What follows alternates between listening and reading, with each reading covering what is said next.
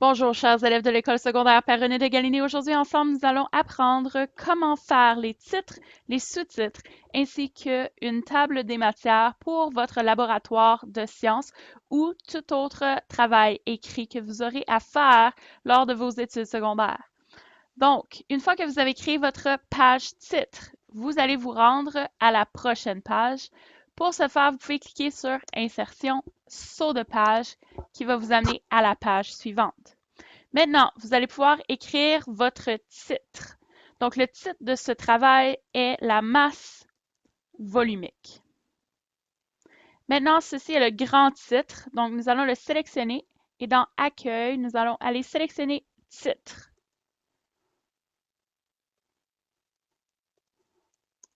Ensuite, nous avons Théorie, l'hypothèse,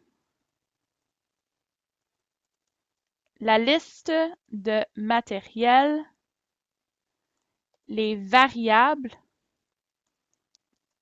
indépendantes, dépendantes et contrôlées. Maintenant, nous allons attribuer à chacun de ces titres l'importance qui leur est due. Donc, je vais sélectionner Théorie, titre 1, Hypothèse, titre 1, Liste de matériel, titre 1, Variable, titre 1. Pour chacune de mes trois variables ici, je veux attribuer une importance un peu moins importante que les autres ici dessus. Donc, je vais sélectionner titre 2.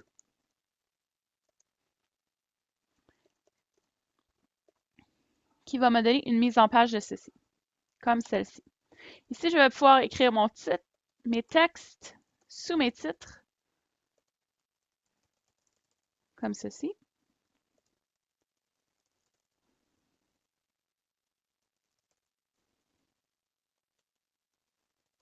Et je vais pouvoir venir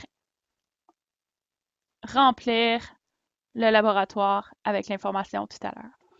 Maintenant, si vous voulez, vous pouvez changer le style en appuyant sur Modifier le style, Jeu de style, et vous pouvez essayer toutes sortes de différents modèles. Pour cet exemple, je vais choisir le style de Microsoft Word 2010 par défaut, qui est celui-ci. Maintenant, pour faire une table des matières, je vais pouvoir le faire automatiquement en appuyant sur Mise en page, non, Référence, Table des matières et Table des matières automatique 2. Donc, la table des matières se fait automatiquement parce que j'ai attribué la bonne valeur à chaque titre et sous-titre.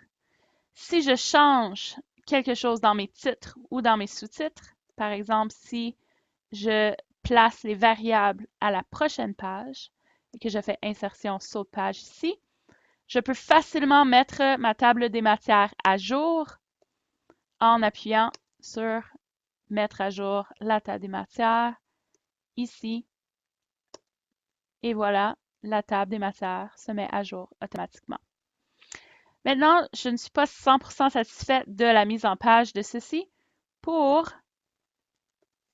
la page titre, voilà. Et la masse volumique, je veux en fait l'envoyer sur l'autre page parce que votre table des matières devrait être la seule chose sur la page.